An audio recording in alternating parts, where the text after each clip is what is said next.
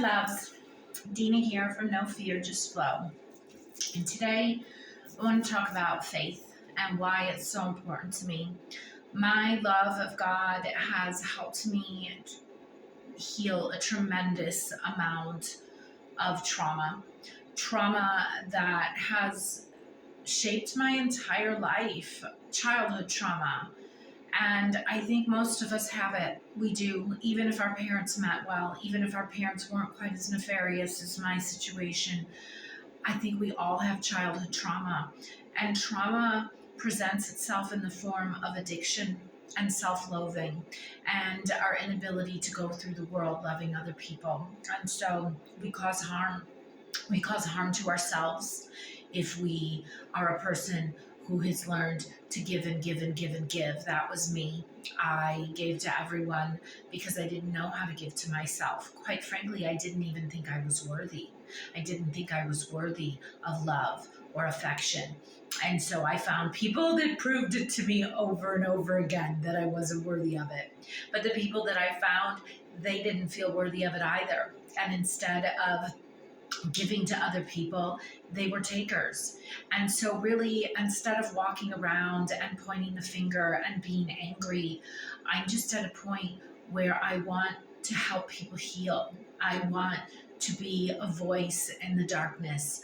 I want to show people the way home. And for me, that was finding God. My love with God, for God, has just been a tremendous, tremendous change for me, because the faith I have, knowing that I have a Heavenly Father that doesn't judge me, I didn't have that. I didn't have the love of a father because, quite frankly, my father was broken. And it took me a long time to see that. In fact, today I just have had an epiphany. I listened to the most beautiful, beautiful interview between Dr. Gabor and Theo Vaughn, which just was life-changing for me because I've been on this path. I understand trauma. I understand healing. But yet I didn't understand that the pain that others have inflicted on me wasn't about me. It wasn't. And so, although I have felt a lot of pain in the last week or two, and I think anybody that's been watching my videos understands that I've been going through it. And I've been going through it because it's giving me the opportunity to grow. I've been presented with a situation that has given me the opportunity to grow in leaps and bounds and to understand trauma on a whole different level. And so I'm not absorbing it at this point. I am learning from it. I'm sitting in the silence. I don't really have any addictions anymore. I don't.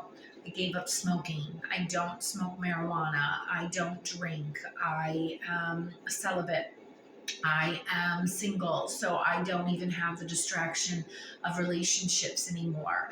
I don't sit and mindlessly watch TV. I watch The Chosen now, and I watch it over and over again because I want to live like Jesus, and learning about his story has been beautiful and profound.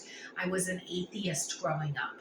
I was not given the chance to love God. It took me years to say God. Like 2 years ago, I couldn't even say God comfortably. I would change it to universe, or I would change it to higher source or something else. And now I just feel God. I feel God as a presence. I feel God as an energy. I feel God as a frequency, a higher frequency of love that I aspire to be. And so I'm not addicted to anything anymore because I am addicted to me, and I'm addicted to my faith, and I just want to heal. And why do I want to heal? Because it feels good. It feels good to feel good in your body. And also because I love people, and very much like Jesus, I want to help other people. I want to help other people feel light and love, because I didn't get that opportunity. And I look around and I feel like so many people don't have that opportunity to give love and light or to feel it for themselves. And so I've allowed myself to be hurt by others. But today I'm realizing that that was their pain. They were transmuting their pain onto me, and I took it. I took it because that's what I do. I transmute others' pain. And so now I want to help people transmute their traumas. I want to help people understand that the things that you do are because you don't feel worthy of love, because you were traumatized somewhere along the way. And so it's important to learn to love yourself and to understand that everything you do, all of your addictions, all the things that you do to distract yourself, all the things that you do to get dopamine, all the things that you do to create endorphins in your body, they're because you didn't feel that safety and that security. And if you're somebody that does feel safe and secure, then bravo to your parents and God bless you for being able to get through this life without being traumatized or for learning how to transmute it. Because a lot of people are out here just living in pain. And so I think the first thing that you can do is look in the mirror and really understand why you do the things that you do, that they come from a place of wanting to love yourself. And so like when you smoke or when you drink, it's a dopamine hit. It creates endorphins. It's like a warm hug.